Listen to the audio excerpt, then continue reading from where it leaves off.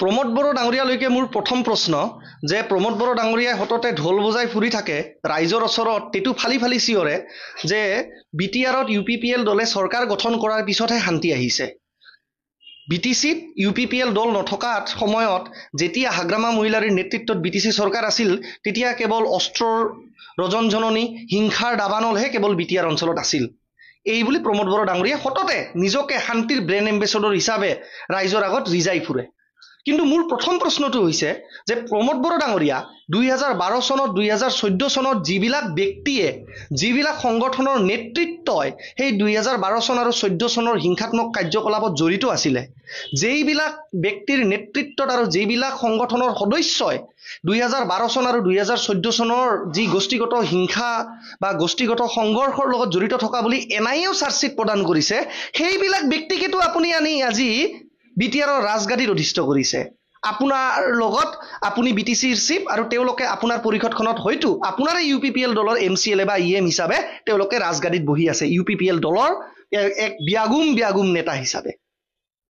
আজি নহয় জানো আপুনি কৈছে যে হাগ্ৰামা মহিলাৰীৰ সময়ত যি 17 বছৰে হিংসা হৈছিল, যি সংঘৰ্ষ হৈছিল, যি গোষ্ঠীগত হিংসা হৈছিল, সেইবিলাক আপুনি হিচাপ ৰাইজৰ আগত দি ফুৰিছে।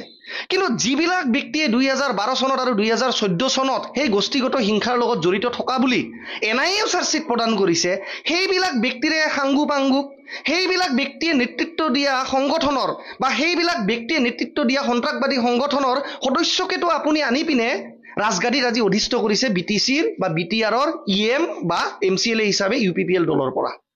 তো হাগ্ৰামা মহিলাৰীয়ে যদি সেইবিলাক ব্যক্তিৰ জৰিয়তে হিংসা কৰাইছিলে, হাগ্ৰামা মহিলাৰীয়ে যদি সেই সময়ত হিংসাৰ প্ৰশ্ৰয় দিছিলে, তাৰ মানে প্ৰমোদ বড়ো ডাঙৰীয়া আপুনিও কি সেই হিংসাকাৰীৰ দল, সেই হিংসাকাৰীৰ যিবিলাক সদস্য, সেই সদস্যবিলাকক লৈ তেওঁলোকৰ বন্ধুবৰ্গক আনি পৰিষদখনত বহাই আপুনিও কি হিংসাকাৰীক প্ৰশ্ৰয় দিব বিচাৰিছে নেকি?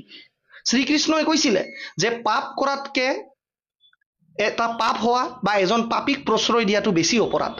হয়, নিশ্চিতভাৱে 2020 চনলৈকে হাগ্ৰামা মহিলাৰীৰ শাসন চোৱাত বিভিন্ন কালত হিংসা, অস্ত্ৰৰ ৰজনজননী, হিংসাৰ দাবানল সকলোৱে দেখিছে, সেয়া সৰ্বজন বিদিত।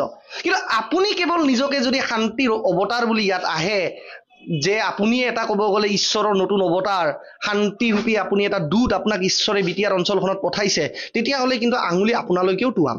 কাৰণ ওপৰলৈকে ঠুৱালে কিন্তু নিজৰ গাটো থুতু আহে। আপুনি জানো আজি যিবিলাক ব্যক্তিয়ে এনআইএ চাৰ্জশ্বিট প্ৰদান কৰিছে এবস্কণ্ডাৰ্ছ হিচাপে, সেইবিলাক ব্যক্তিয়ে নেতৃত্ব দিয়া সংগঠনৰে সদস্যৰ সেইবিলাক ব্যক্তিৰ যিবিলাক ডাইৰেক্ট টপ কমাণ্ড আছিল, যোনে সভাপতি সম্পাদক আছিল, সেইবিলাক ব্যক্তিৰ নেতৃত্বকে লৈ পিনে, সেইবিলাক সংগঠনৰে নেতাক লৈ পিনে আপুনি আজি নিজৰ চৰকাৰখন বচাই ৰখা নাইনে বিটিচি অঞ্চলত? যদি আপোনাৰ সাহস আছে তেতিয়াহ'লে 2012 চন আৰু 2014 চনত যিবিলাক সংগঠনৰ নেতৃত্বই জড়িত থকা বুলি, হিংসাত্মক কাৰ্যত জড়িত থকা বুলি এনআইএ চাৰ্জশ্বিট প্ৰদান কৰিছে, সেইবিলাক সংগঠনৰ সৈতে জড়িত থকা এজনক ব্যক্তিক আপুনি নিজৰ ইউপিপিএল দলৰ পৰা বিতৰণ কৰি আপোনাৰ কাউন্সিলখনত কেৱল হিংসাৰ লগত জড়িত নথকা মানুহে আপুনি ৰাখক। আৰু যদি সেয়াই নহয় তেতিয়াহ'লে আপুনি হাগ্ৰামা মহিলাৰী ডাঙৰীয়াৰ ওপৰতো প্ৰশ্ন উত্থাপন কৰাৰ কোনো অধিকাৰ নাই।